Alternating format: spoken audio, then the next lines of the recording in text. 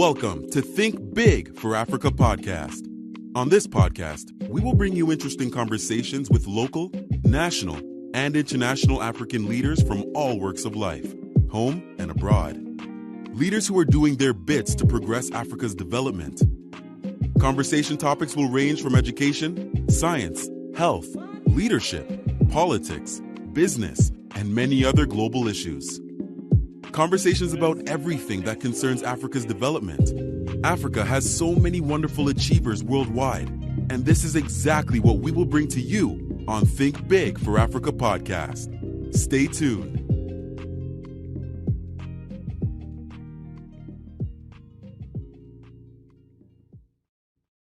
Hello, welcome to the Think Big for Africa.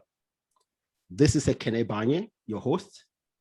Today, I have a wonderful gentleman of the law from the law sector.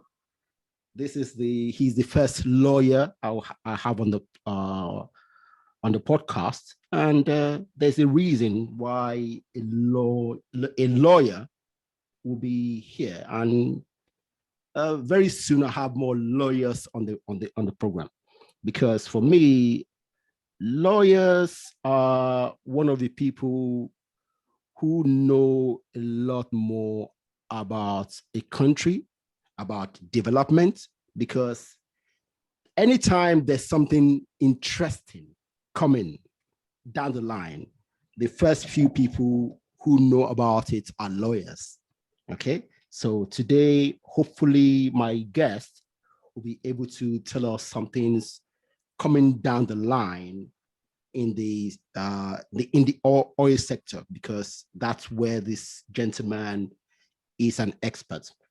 His name is Dayo Okusami, a partner of Templar, one of the leading law firms in Nigeria. Dayo, how are you? I'm fine. Thank you for having me. Very good. How are you? Thank you for agreeing to be here. So let's start. The number way I like to start is to introduce my guest to my audience. So Dayo, tell my audience a little bit about you and what you and your firm are doing. Thank you. So I'm Dayo Okusami. I'm a partner at the law firm called Templars. We're a Nigerian law firm with offices in Lagos and Abuja, and we advise on most aspects of corporate and dispute resolution. Okay. So basically, what that means to the layman is we've got 5 practice groups, which is energy and projects, which I sit in. We've got a disputes resolution, where we have 2 senior advocates of Nigeria and a number of other lawyers. We've got a finance practice that kind of does banking and finance and capital markets type work, project finance. We've got a corporate and commercial, which entails everything from tech to labor and immigration to company secretarial. And last but not least, a sector that they say the only 2 definite things in life are death and taxes. So that's our taxation department.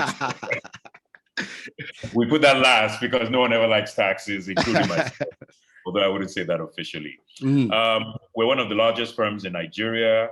A large contingent of our clients are international companies operating in Nigeria, but we also advise some of the largest companies in Nigeria, and we also advise some of the smallest ones in Nigeria as well, because we believe that this expertise shouldn't just be for the international markets or for just the large Nigerian, because if the country is going to develop from a commercial and economic perspective, that kind of expertise that we've gathered over the last 25 years of our firm should be passed along.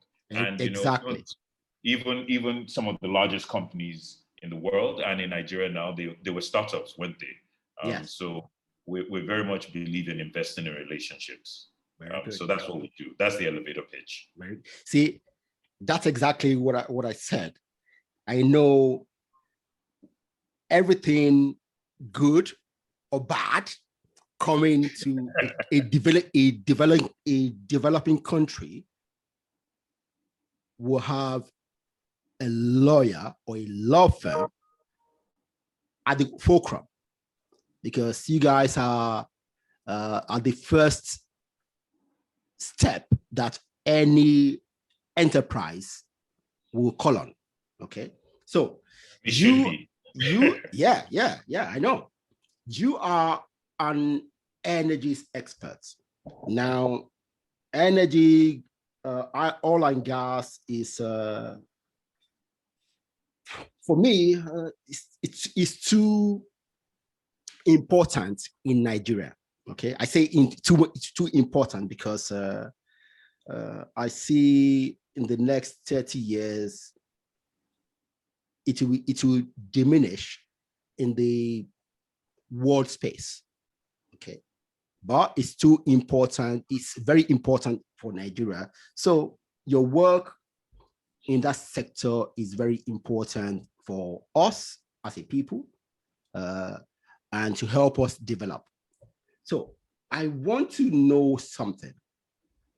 What initiatives are the industry, the members of the industry, both companies and governments, promoting to protect our environment, our ecosystem, and our people from the negative effects of the industry, and importantly, climate change? Thank you. There's an interesting perspective here that I'll answer the question direct. Yeah. But after that, I'd like to give context. Yeah, of course.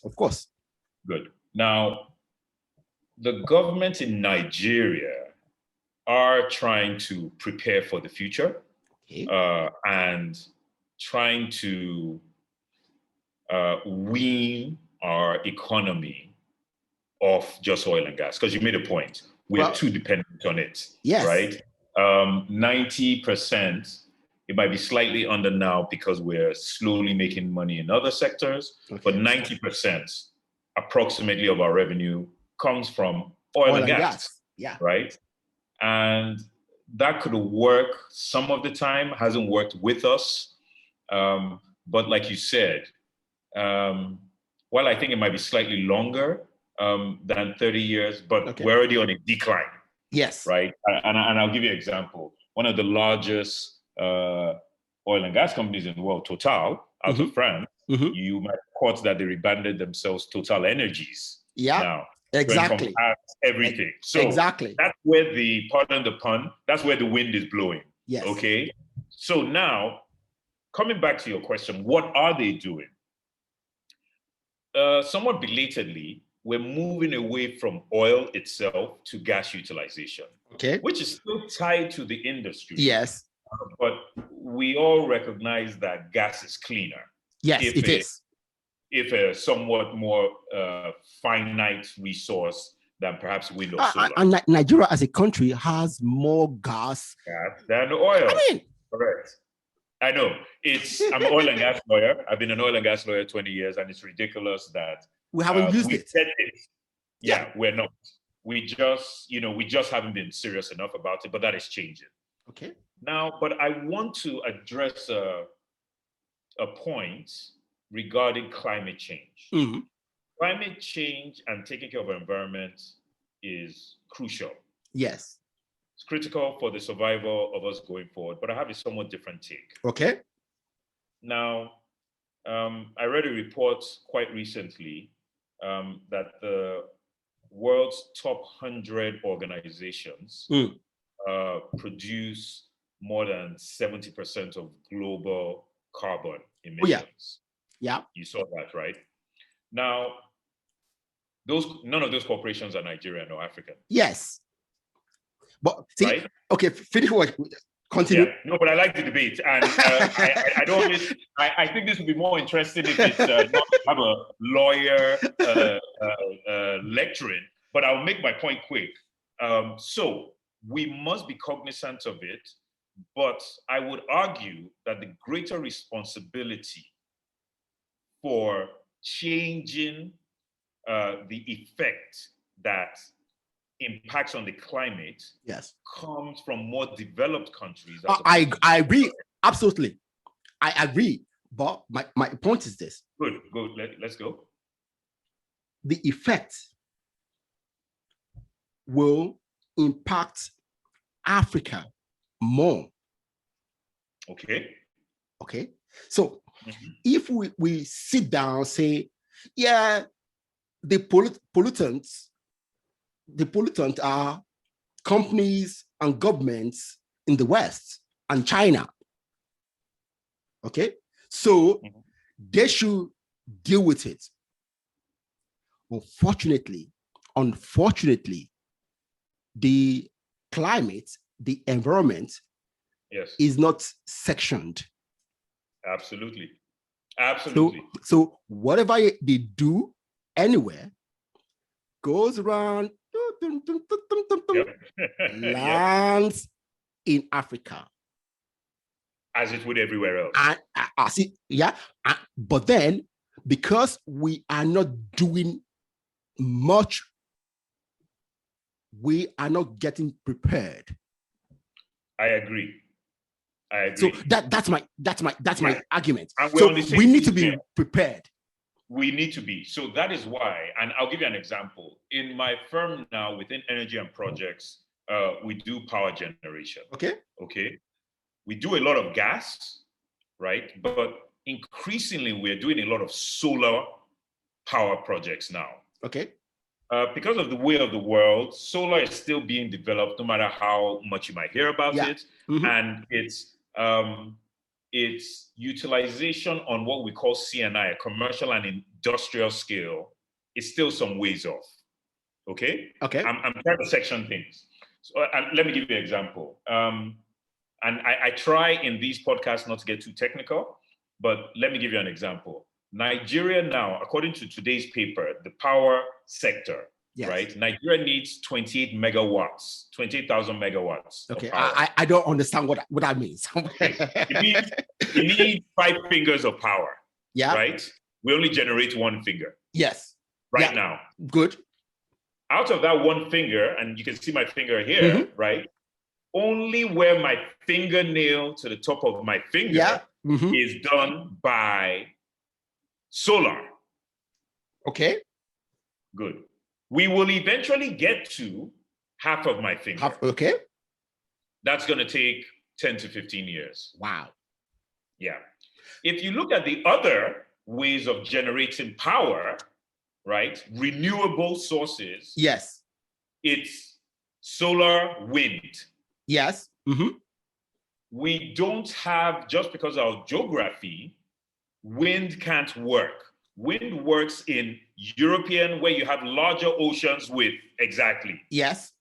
Yeah. So I come back in that and saying, I fully agree with the polluters have to do something, but now let me reverse this example. If all the pollutants in the world, all the carbon in the world is this finger, right? Africa produces from here, the top section of my finger. So apart from the fact that you can't just switch it over, if you changed all the carbon producers in this top section of my finger, but the rest of the world didn't, the impact on the world's climate it's still the same. Is negligible. I see. I agree with you absolutely. But sorry, one thing I would like to point out, sorry to interrupt. I am happy for you to disagree with me as we talk along. No, see, I don't know. See, the good thing is this. I'm the kind of person, if I don't agree with you, I will tell you I don't agree. Okay? Perfect. Okay? You know, we're just oh yeah. See, I like this. See, if I don't agree, I will tell you I don't agree. But I do agree with you. Okay? Interestingly, I'm a scientist. So I understand a little bit about these things. And I do a lot of reading in this space. Okay?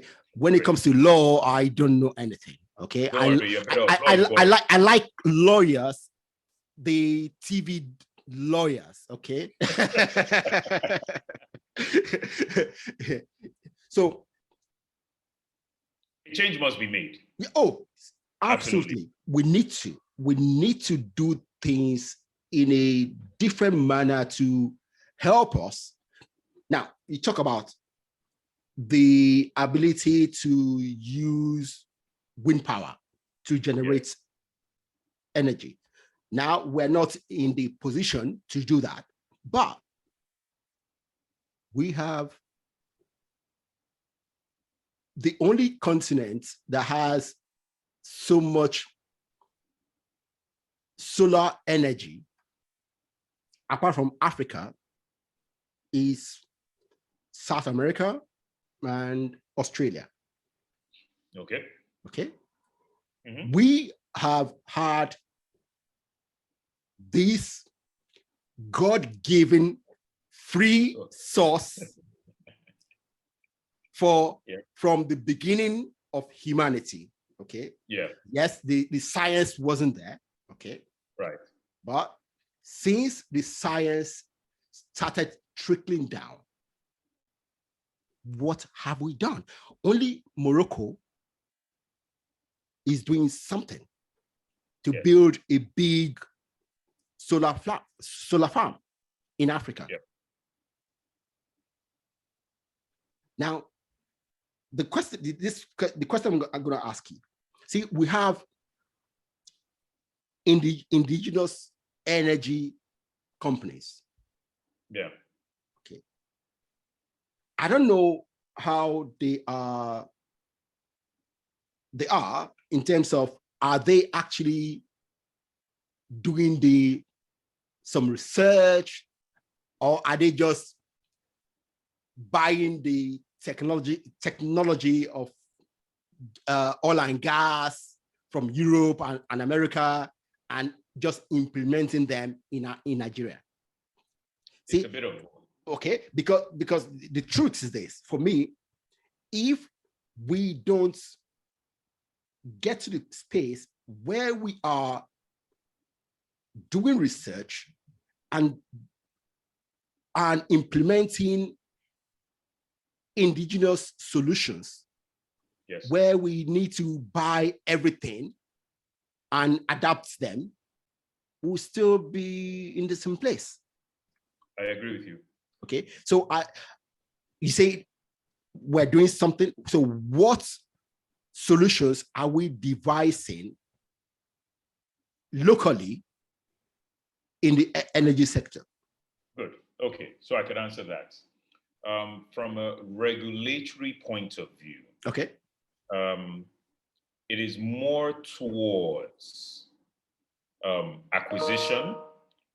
The bulk of the money is going towards acquisition as opposed to research, but both is going on. Okay. The Central Bank of Nigeria has an intervention fund and a power intervention fund, which its stated goals for this money, and it's a significant amount of money. It's in excess of $1 billion. Okay. Now, not world changing, but for us, it is. It's good. Now, the specific uses for this fund is a cheap source of capital for renewable energy and power generation sources. They do have a research element, right? Because like you said, the photovoltaic cells, the solar panels. Yes. Mm-hmm. They're currently brought in from the Far East. Yeah. Mostly. So what you're having is people are just buying them, importing them, and then you're good to go. There is some research, but I am not aware it is very developed or ready to be rolled out on a commercial. But I will tell you the good thing. As one of the older generation, both you and I never thought I'd say that about myself. I remember that. I will tell you this, there hasn't been a time in our history, at least in the 40 plus years I've been on this planet, where the Nigerian government would willingly give so much money to solar power. Right? Yeah. And it also includes hydro as well. Yeah. Because you might remember Kainji Dam, right? There are a couple of hydro power generation that are under construction now. And oddly enough, these would be, if and when they come to completion, be the largest. I saw the smile, like you yeah, saw it. I saw your cross fingers. My cross fingers. These would be some of the largest power generation. Okay. So I'll give you a short answer. Something is being done, whereas 10 years ago, nothing would be done. Okay. It is slow, but it is steady. It will take a while. But I am seeing progress in this regard. Okay. So we're recognizing and change is happening. That's good. I'm Slowly happy to hear that.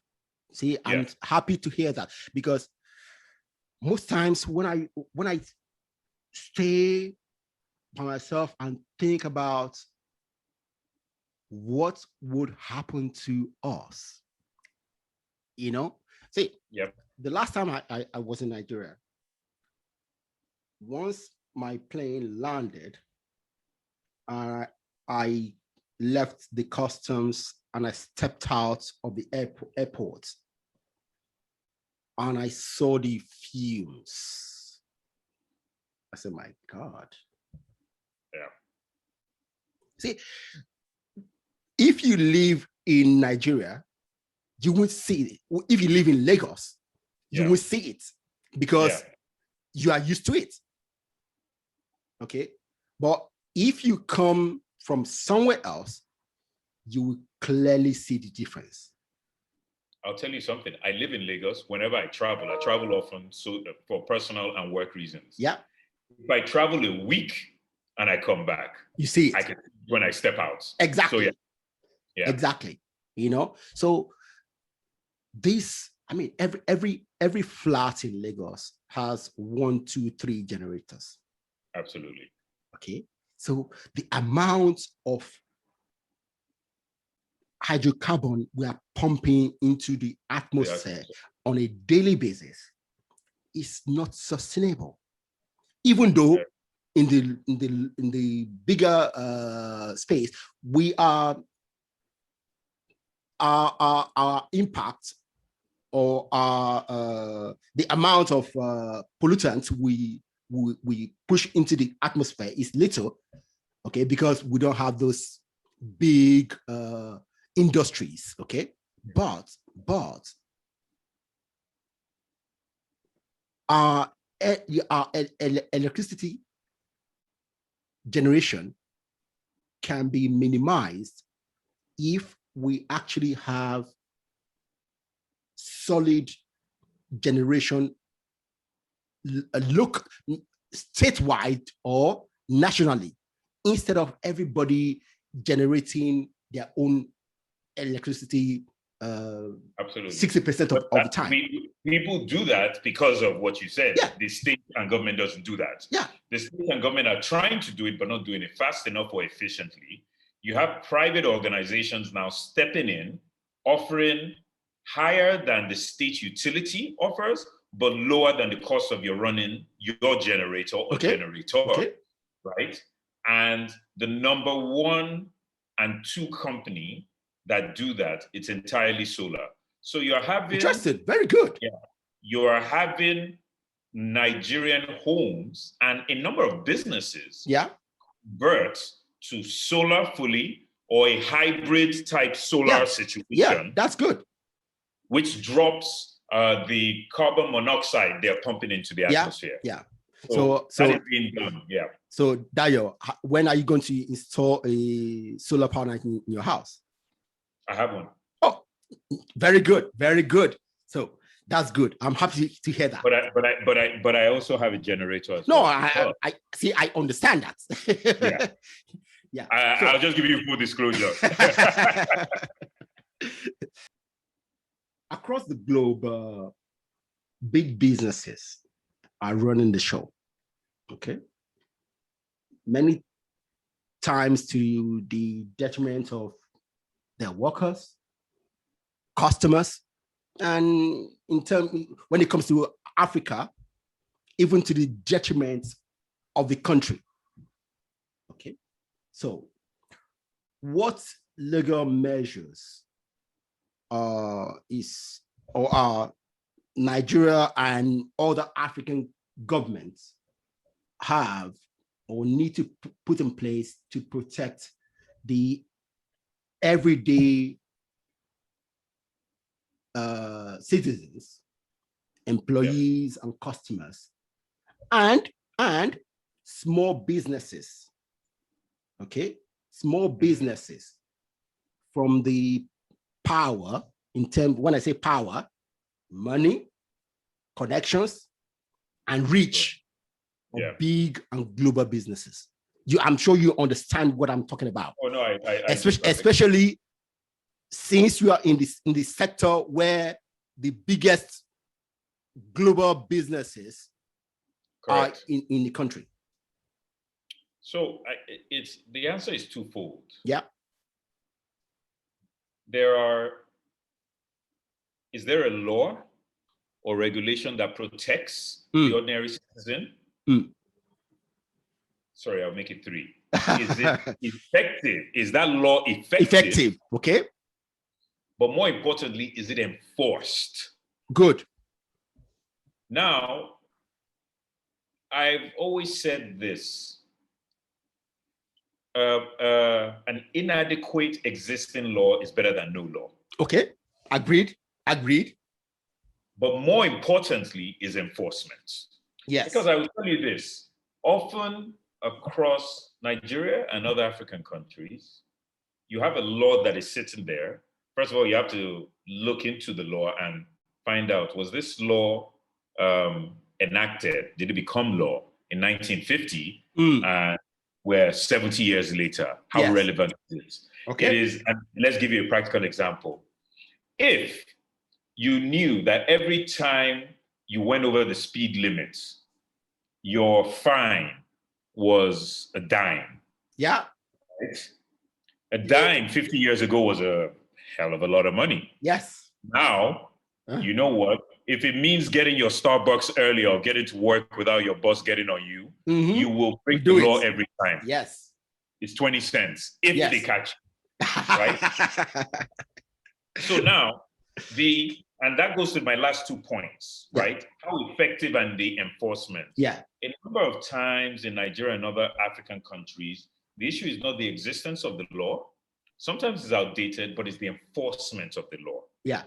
And if a law is not effective, talk less of enforced, then commercially, and there was a reason I used the example of you as a person. Yes. A company can make a commercial decision that is cheaper to break the law. Yeah, to break it. Yeah.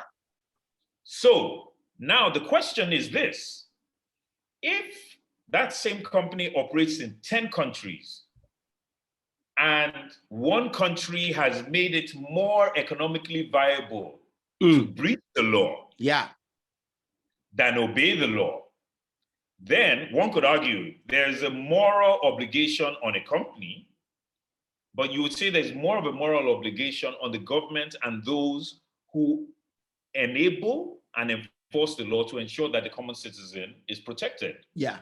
At the end of the day, we must recognize, and why we must hold companies accountable, they're there for profit. Oh, yeah. Anybody that doesn't understand that, they are going to their shareholders to say X, Y, Z, right? So the reason why an oil spill may happen in country A and it becomes a bigger thing, right, off the Gulf of Mexico than off the Gulf of Guinea, is that the ramifications, forget financial, public, there's so many ramifications that will just, but it doesn't happen in Africa. If it doesn't happen in Africa, then where is it? Because again, even for the ordinary citizen, the law is meant to keep a check. So for me, the important thing is we need to review our laws to ensure that it protects the citizens. If they're inadequate for this day and age, they need to be updated. Okay. But most importantly, they need to be enforced. Okay. Now, enforcement is the deterrence. See, I agree with you. Okay. But the question I ask is this. Yeah. To update our laws, to make them more adequate for this environment, who are going to do it? who are those people in the legislature who do it? I mean, look at what happened a few days ago. Yes, about transmitting the electoral results. And those guys voted no. Yeah. So they are more concerned about losing their seats if the process of transmitting results is more, what's the word now? It's what's the word? I lose words. It's if the process of transmitting it is more secure. Yeah. Now, a friend of mine said this on social media. The same people who use the internet for banking with their money, they leave the money with the banks and they use internet transfers every day. Yeah. Okay, and they're not concerned about that. But when it comes to the transmission of the election results, they are concerned. Now, it's self-interest. Exactly. And you cannot go into public service to serve yourself. You're there to serve the public. So that's, and again, it's enforcement. Well, in the sense, what happens? What state are you in the US? No, I live in UK. Oh, UK. Sorry. Yeah. Okay. So you're in the UK now, right?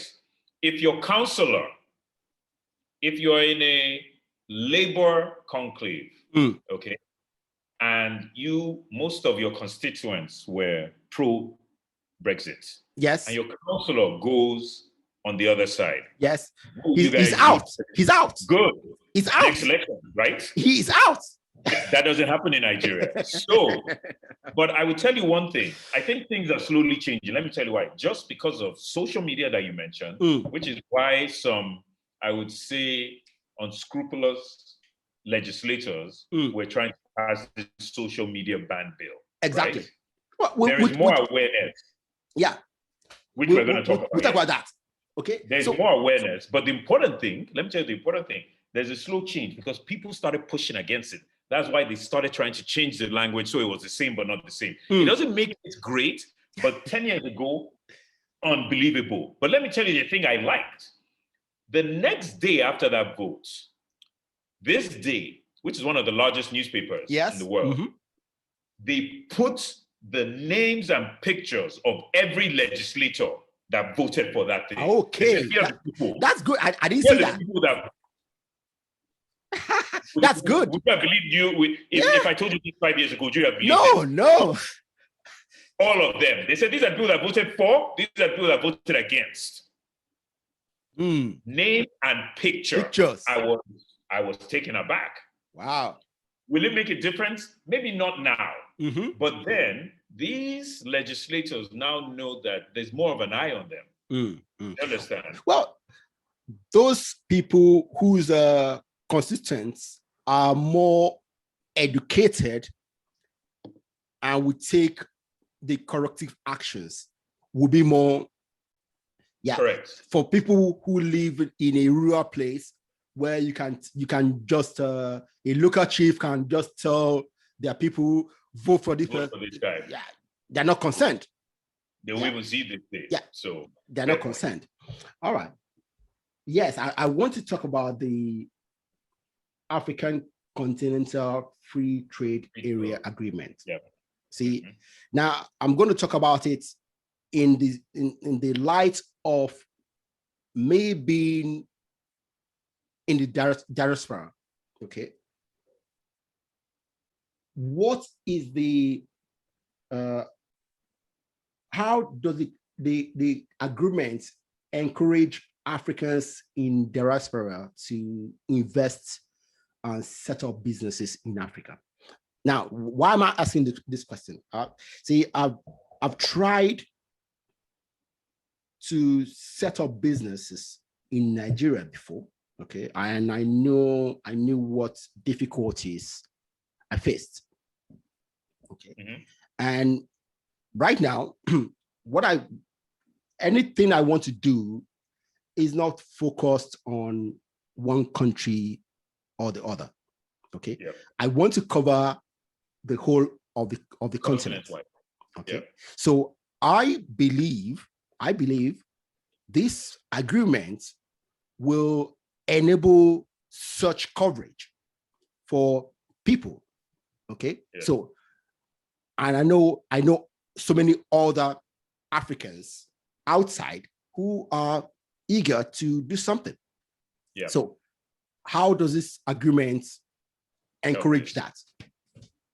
In simple terms, what the AfCFTA means, is that ultimately there will be free movement of goods and services across. Yes.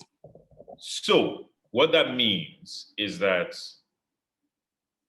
and I can say this because I'm Nigerian, Nigeria ranks very low on the ease of business to do index. Right?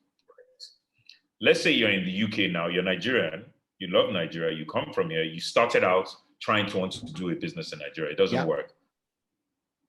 Well, when ACFA is fully implemented, because I don't assume you go to a Francophone country, so you go to Ghana. Yes. You set up your business in Ghana, which is higher, that's a fact, right? Yes. It is higher. Ghana, Rwanda.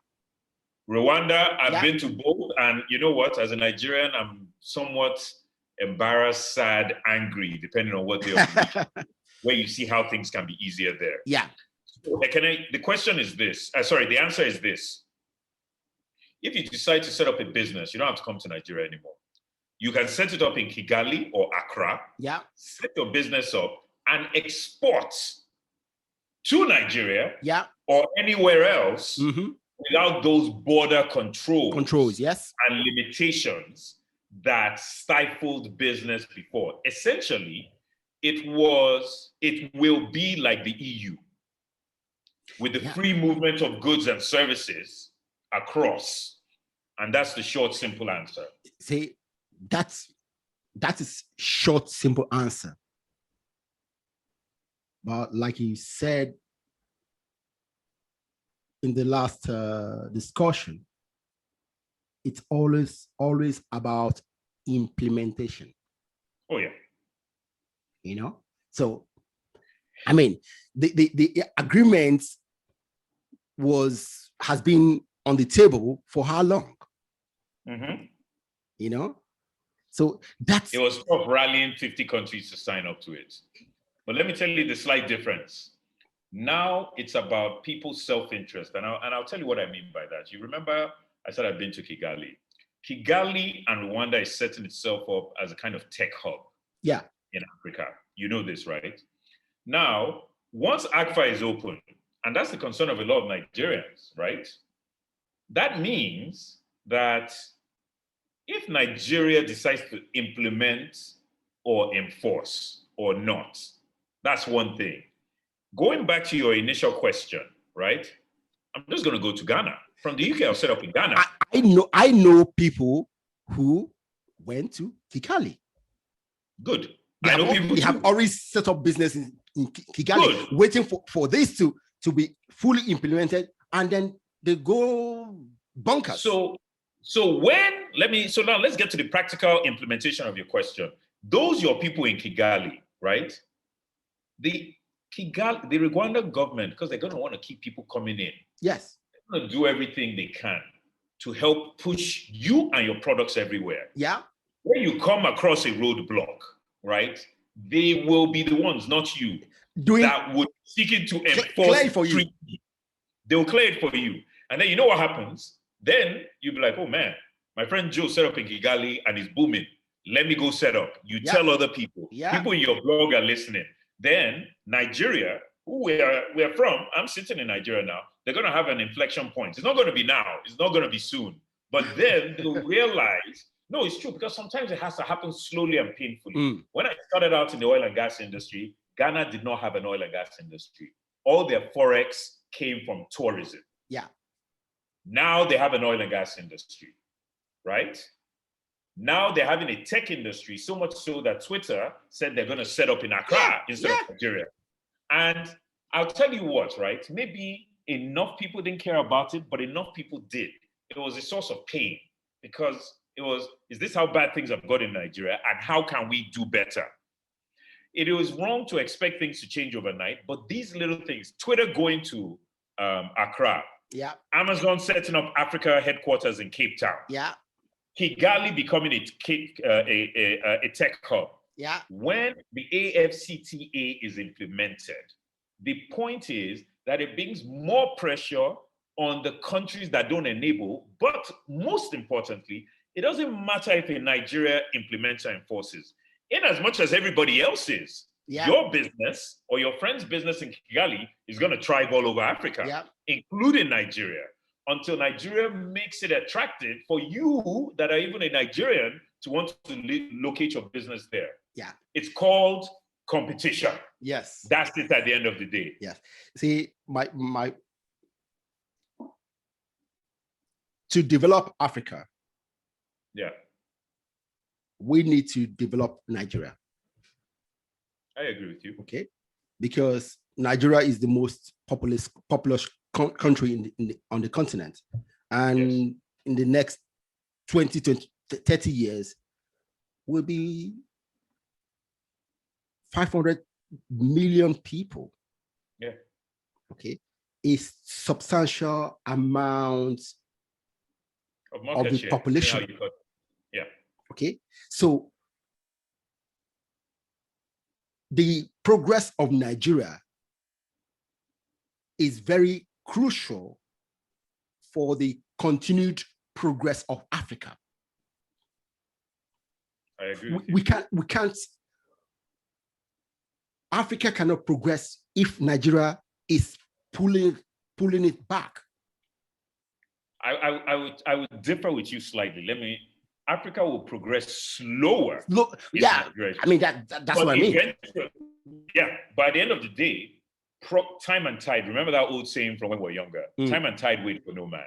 Right? Progress will happen with or with Nigeria will either join the train, be part of it, or be pulled along kicking and screaming. It would impede it, right? But you see, the good old days of everybody saying the giant of Africa is Nigeria, and if Nigeria doesn't sign up or do something because of our population, nothing's gonna get done. Every day you are seeing examples. So I want it to happen. But I'm correcting you in saying, if it doesn't happen, people are just gonna work around it. And then we just become this slightly obsolete, they used to be great back in the day. You know, like when we were younger and we had that uncle that your parents said, he used to be rich back in the day. Oh, man. See, it's interesting when we look at a country in the light of common sense. See, and more people need to do that. See, the more we look at the country in the light of common sense, maybe it will help us to stop all this infighting, you know. So a few weeks ago, I think maybe less than 2 weeks actually, I saw on LinkedIn, I saw your post, you posted something about building strategic partnership. Right. It was an article about Africa taking advantage of the partnership with India. Correct. And you mentioned that Indian businesses are actually taking advantage of it. Oh, yes. Okay. So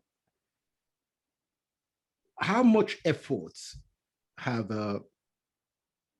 African governments and companies, put in to understand the opportunities, okay, and to take advantage of that huge market. I mean, India, 1.4 billion people. Yes. Okay, so we are all complaining that China is doing this, doing that. Okay, I have a different view of all this, but yes, if we are complaining about China, why not diversify into India to put some pressure on China? So how much effort have we put in? We want to understand the opportunities, and to take advantage of that. There's a short and long answer. The short answer is nowhere near enough. Yeah. And that's only because I don't want to say zero, right?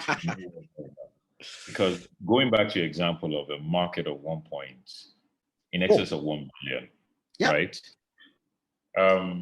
When I did that interview, I made the point that the trade between Nigeria and India, right, from the Nigeria side to India, is $10 billion.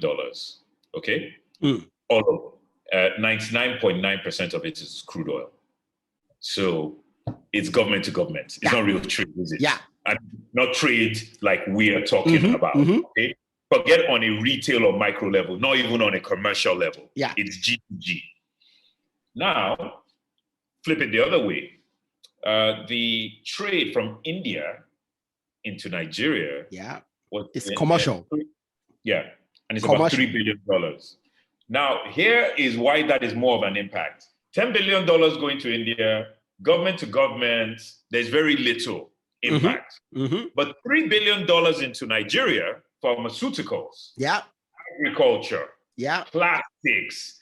There are so many businesses exporting into Nigeria to the tune of $3 billion.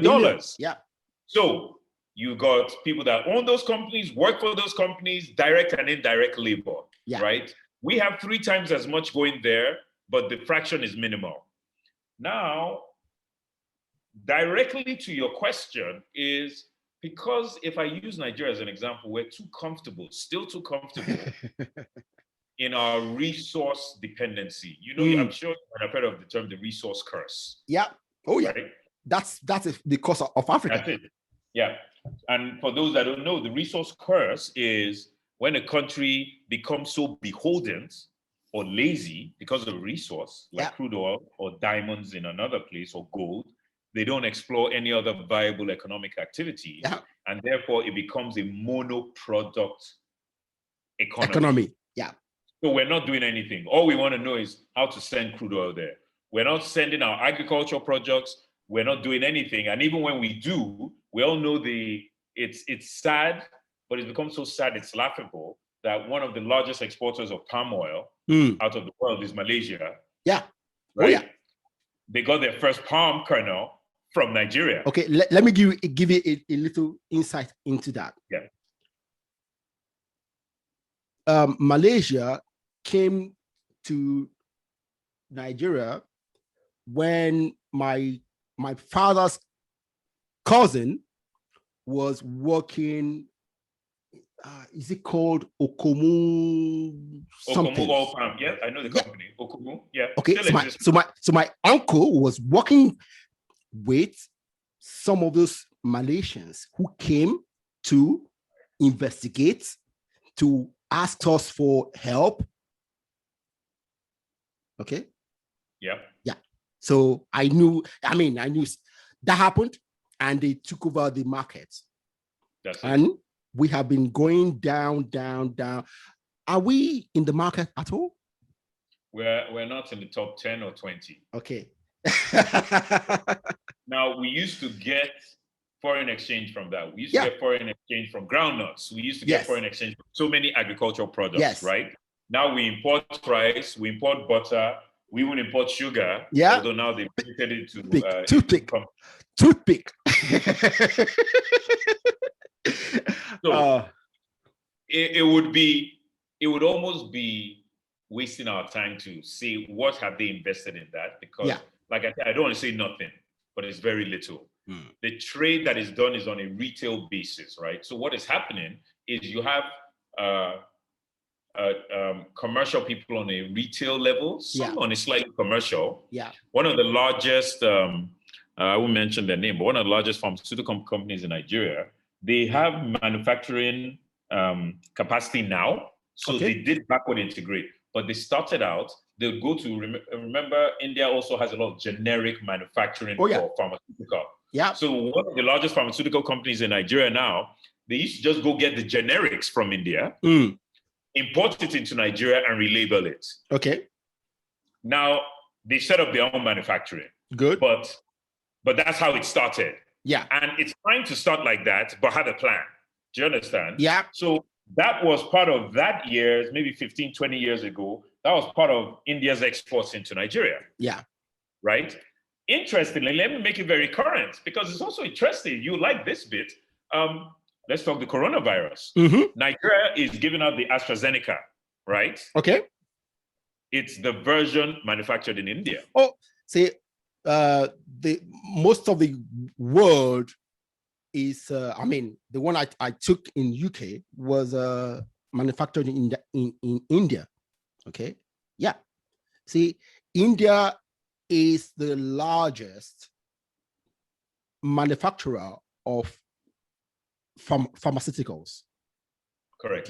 So, I mean, see, that's why I asked the question, are we even looking at the opportunities?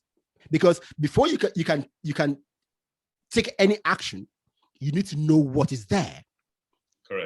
See, our commercial entities in Nigeria, in Africa, need to understand what opportunities are available in India.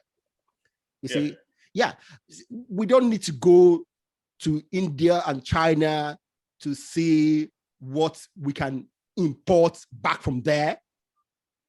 We need to start looking at what we can produce at home and take back. You know, I agree. And well, I hope we need to get that right, because we can't continue importing everything. So I think we've gotten to the point we recognize that it's now the implementation. So this question I'm going to ask you is slightly very close to that last question. How does Nigeria have a comprehensive foreign capital investment policy in terms of either a general policy or for strategic sectors of the economy? I mean, what I'm asking is this: do we have a limit of how much foreign investors can invest in any industry in Nigeria? Because I'm sure all of us would not be happy if in 20 years, India, China owns 50 to 80% of our biggest companies in Nigeria. I mean, and this, to my mind, should be a policy issue. So do we have such a policy? Yes, not the most up to date, but there are limits in the strategic and security sectors of Nigeria, right? But there are very little limits elsewhere. So now, in as much as, albeit you're from India, China, the US, or even the UK, if you want to invest in Nigeria, as long as you're not investing in what we call the restricted sectors, arms production, telecoms, just because of the like a number of telecoms companies now. Yes. If you want to buy certain equipment, you need clearance from the National Security Advisor. Okay. Just because of the implications. Okay. But apart from things like that, right, there are no limits. If you would actually think about it, the largest companies in Nigeria now are actually foreign. Yeah, they're foreign. See, across sectors. Yeah. See, let's leave the oil and gas. See, leave the oil and gas and look at any other sector. Yeah. See, I got to thinking about this when I started reading this book by Thomas Piketty, or whatever, called Capital. Okay. And it's blew my mind because he took a 300-400 history of capital in the world. And I started thinking, wow, this has been the history of capital throughout the world, okay? Yes. And right now, Africa is still in the space where most of the capital in the continent are owned by external parties. Yes. That means they are in the position to tell us what to do. Yes. You see, you and me, we need to start investing our capital in the country. And I agree. So it's something we need to think about. And many of us do not think about this. And myself, I didn't think about it until I started reading this book, Yep. Okay. And it's important because, like I said, if in 20 years we find our country being owned substantially by foreign investors, we want foreign investors. Okay, I'm not saying they shouldn't come, but we need to do that in a more strategic manner. Yep, I agree with you. I fully agree with you on that point. Yeah. And it's a matter of knowing and being aware. Yeah. As you played it out. Yeah. And encouraging more local, I hate to use the term indigenous or local content or participation, what it is, without forcing it, but you can give incentives and encourage it. Exactly. Because many Africans who have money, they go to invest in the West. Yeah. Instead of investing back home to increase the ownership of our own our country. We invest. See, it's not bad to invest in other countries, but then we need to first own a substantial amount of our country. Correct. Yeah. We talked about this earlier. The recent ban of Twitter by the Nigerian government. Is it an indication of the future of social media in Nigeria, Africa?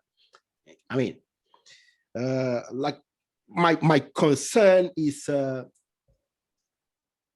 people in power in Africa and around the world analyze the issues about social media from their immediate goals, of controlling the news cycle, Correct. And on the long term, with the limited perspective of their political or ideological goals, What is your own view in your view, what is the best way to build and sustain an amicable relationship between the social media companies on one side and the people? Okay, the people who are actually the product, unfortunately. Yeah, correct. and the customers who are advertisers, and then the states. You see, because social media is something very new. Okay, it started less than 15 years ago. Yeah. Okay, so the governments are not fully, they don't fully understand the dynamics. They are scared of what it can do, and we have seen what it can do during EndSARS. Yeah, you know, we have seen it in Nigeria, EndSARS, in the West, the 2016 election, for example, right. And during this pandemic, the Arab Spring, if you want to go back, everywhere. Yeah, okay. So they have seen it, so they are scared, and they are taking decisions. A heavy-handed approach. Yes. That, in my opinion, reinforces why, you know, there's a basic freedom of speech nodule that must be recognized. Okay. And to ban Twitter is impinging on people's constitutional right of freedom of speech. That's number one. Before I go further into this, we must recognize, because sometimes we always talk about the African countries, and that is correct, but we must remember that one of the largest economies in the world, China, actually restricts social media as well. Yeah, they don't have the Western social media at all. Yeah, correct. Good. So I just want to put that there, and I'm not saying but then they have their own equivalents. Correct. We don't have. But the equivalent is controlled, so it's really an equivalent, right? They can't post or do things that would go against the government. So it's almost, they've given you a watered down version of it, right? Their people grew up under a communist regime where things are controlled. They're not. Most of them are not mad. They're happy with their lives. Yeah, but we are in a different different position. Yeah. So now let's bring it back to Nigeria. The reason, first of all, the reason for doing it was self-centered. I have a problem with Twitter until they removed the president's tweet. Yeah. It's almost petulant. Do you understand?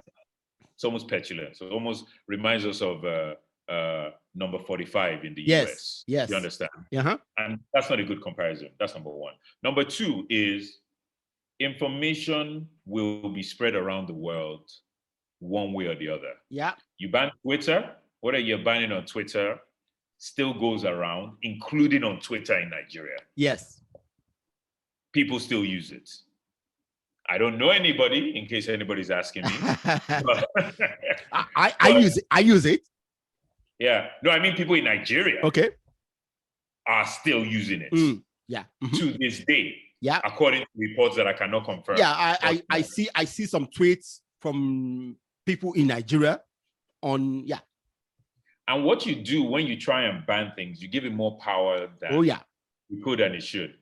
Also, let me also tell you one thing. It's the irony of this Twitter ban, right, is the current government came into power partly based on the success of using of Twitter. Yeah. So it's fine when it works for you, but it isn't when it works against you.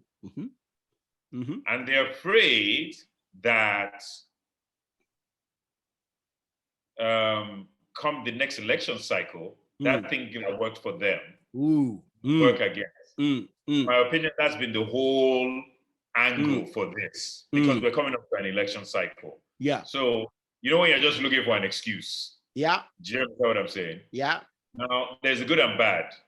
A lot of people, 60% of Nigeria's population over 60%, sorry, yeah, is under 35. yeah, oh yeah, That's the social media generation. yes, You know what? They're gonna jump on whatever social media is around, or find a way around it. And that's also why they wanted to stop the electronic transmission of. exactly. Because we see these things slowly in different sectors. Let me give you an example that is live and very relevant to me. My partner in the firm is the head of the Nigerian Bar Association. Okay. Right? He's Olumide Akpata. This was the first time they had electronic voting, and that's what the powers that be are afraid of. And Olumide is older than me, but young outlook, certainly younger than the two other people vying for that post. Okay. So much so that they try to restrict him based on age or the fact that he's not a senior. Even though he's a senior partner of one of the largest firms in Nigeria. Yes. But here's the point. He ran a campaign aimed at young lawyers, use social media to reach out to them. Yeah. Right? Say, I hear you. This is what I'm going to do. Sent out weekly bulletins, was on Twitter, was on Instagram, was on Facebook, all of them. Yeah. Voting was electronic. Meanwhile, some of his opponents were writing letters. As in actual letters. Who reads letters? Well, you lawyers do. Yeah, but only when we are paid to. If I'm not, I won't read your letter. Here's the point. Voting was electronic. Yeah. Olumide won by a landslide. Wow. Right? And I'll tell you why. Because he spoke to the people that could vote from their phone. Yeah. Yeah. Yeah. And that's what they did. Yeah. They hadn't seen that kind of gap, and they had to independently verify it because they couldn't explain the gap between the first and the second. Woo. But by the time you check the IP addresses and everything, so this is the future. Yeah. And that's what they're afraid of. Yeah. They'll try and slow it down, but you can slow progress down. That's the best you can do. You can't prevent it. Yeah, that's true. That's true. See, what they came up with later on is that these social media companies did not pay tax, blah blah blah. Now, I agree with that, but like you said, they are only coming up with that story just to cover the reason why they initially banned Twitter. Okay. For me, I believe Africa is a big market for these social media companies, and the companies should pay tax to African countries, where they get a lot of customers. Okay, their advertising customers get a lot of revenues. Okay, so they need to pay to these countries. That's one side. Whatever African countries need to do to make these companies pay, we should do it. But then the initial premise of banning Twitter, for me, it wasn't looking good, you know? Yeah. Understood and agreed. So you look for an excuse, but again, I stand by my point. You slow it down. That's all you do. You've got a very good point, and I like that you're giving a global view to these things, because it's also important to know it's not only in Nigeria, even in the UK, they're telling social media sites to pay more taxes. Yeah. In the US and in Europe, there's always a big kerfuffle about it. So that's fine. But also the way you deal with that is not banning, it's engagement. No, it's not. It's not. It's not. So you can't kill a fly with a sledgehammer. See, well, you could, but it's too much, isn't it? Let me ask one question, which I always ask myself is, why don't we as a people use the legal system more often to challenge these things? Yes. Not only on a daily basis. Okay, someone infringes on us, we don't go to court. See, for me, I always say this. The West is developed, okay, not just because of the company's growth in the West, but because of the legal system, okay? Yep. And some laws which is now being seen as universal, Yep. came about because someone who was infringed upon challenged something and took it from the lowest courts in the land to high court to whatever, and then the Supreme Court, and they got a verdict. We now became a precedent. Okay. Yep. So we as a people need to do some of those things. I know it's difficult. Okay. Well, my old mentor, he's dead now, Dr. Festus Siyayi, when he was sacked in Uniben in those days when Mrs. Alele Williams was the vice chancellor, right. He challenged the sacking. Okay. Correct. I remember that case. Yeah. So we need to do that more often. So apart from the difficulty, what else is holding us from using the legal system to the fullest extent possible? It is the legal, it is the difficulty. And I'll give you a personal example. I started out as a litigator. Okay. I wanted to do court work. I quit after 3 years. It was too Wow. frustrating.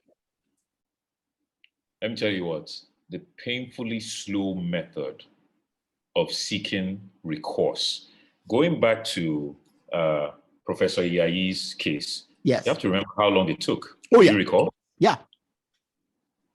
He was fighting it on principle after that because there was no peace. A lot of times, take away the expense. I, as a practicing lawyer, the first case assigned to me was already ongoing for 5 years. And it was still in its preliminary stages. When I stopped doing litigation 3 years, it's still no progress. Now, there's one. And then a lot of times, going back to, there's the enforcement of the law. Yeah. Even governments, when they get a court order against them, do not obey. When a company gets it against another company, they'll just appeal it, knowing that the court process takes so long. Yeah. There is a case that my firm is handling for a gentleman. His kids are all in the UK now. The Nigerian government owed him money. He fought the case, he won. The Nigerian government just kept on fighting it, right? It was, I promise you, it was millions of dollars. The guy who was a very wealthy industrialist died almost broke, right? It is after he passed away, and then the children, because the father's dying wishes, you must pursue this to the end. Yeah. The children in the UK, all of them live in the UK. They started funding it. They said, this is what daddy wanted, we'll do it. They won the case 20 years later. He had an initial court order saying, pay this man 15 years before. And I use the government as an example, but it even happens in private parties as well. See, I know so because people don't do it because there's no point. Because my family has gone through this, and my family is still going through this. But for us, we are going to go into the system as long as possible. Because you have the wherewithal, the will, and the finances. If you didn't have all those three, you might want to. And then a number of people, you must, I won't get into legal, but when you have a case, in Nigeria, they call it the rest. That's the subject matter. So if you sue me for this phone, and I delay you for 20 years, and then I give you this phone is obsolete. Of course, it's useless. And you spend more than the phone. Yeah. So a lot of times, you know what happens? People just make a cost-benefit analysis, and they just look, they're like, it's not worth it. Now, that's why. See, what you say is correct.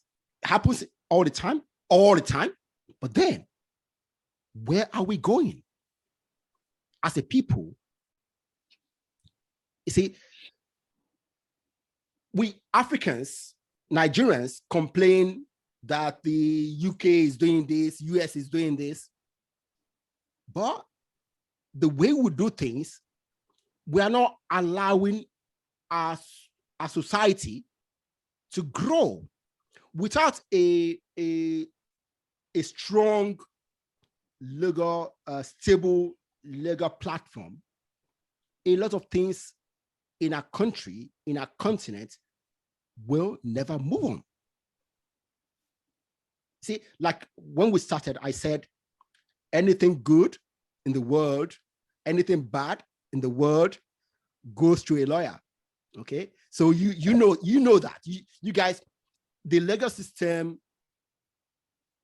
is instrumental in every development. Okay, so if we as a people do not build our legal system, I'm not talking only for individuals, individuals, companies, the government. Okay, where are we going?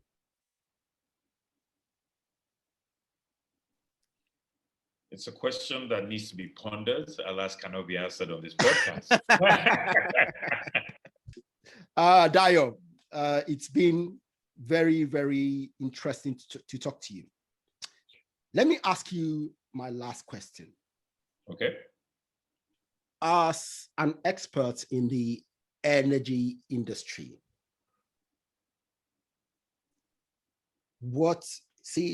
just close your eyes and envision the 20 years, 30 years time, what the industry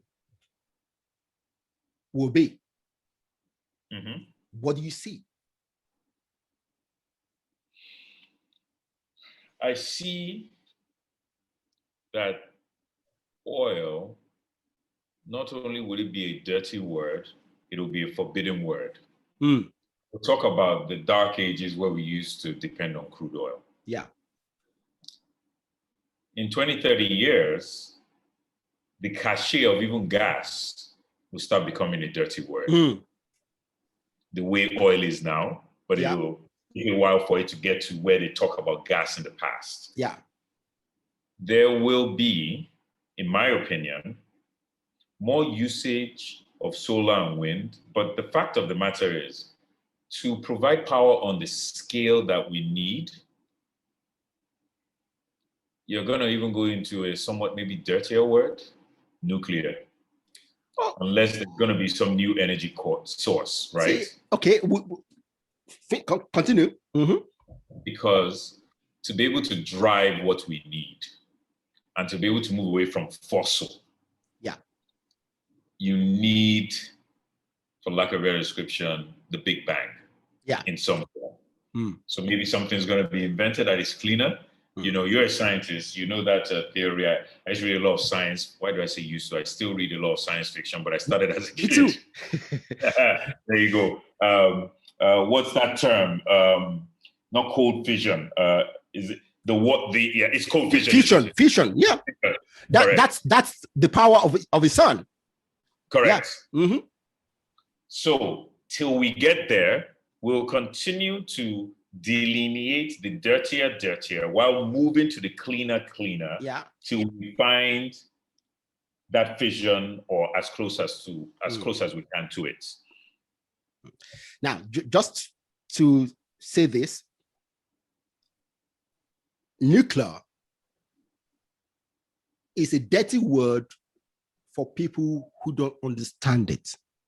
In truth, nuclear is the cleanest and safest energy source in the world today. Yeah. But unfortunately, all people, whenever we talk about nuclear, all ordinary people see is the atomic bomb. Correct. Okay. But that's how they first knew of it. Yes. Okay. So Dayo, thank you. Oh, thank you for having me. It's been an honor. I find this a good conversation. I like how you've challenged me as well. And from a non-legal point of view as well, because sometimes you get caught up in doing things commercially and legally, and you need to kind of see it from a more global view. So thank you for that. Great. Thank you very much.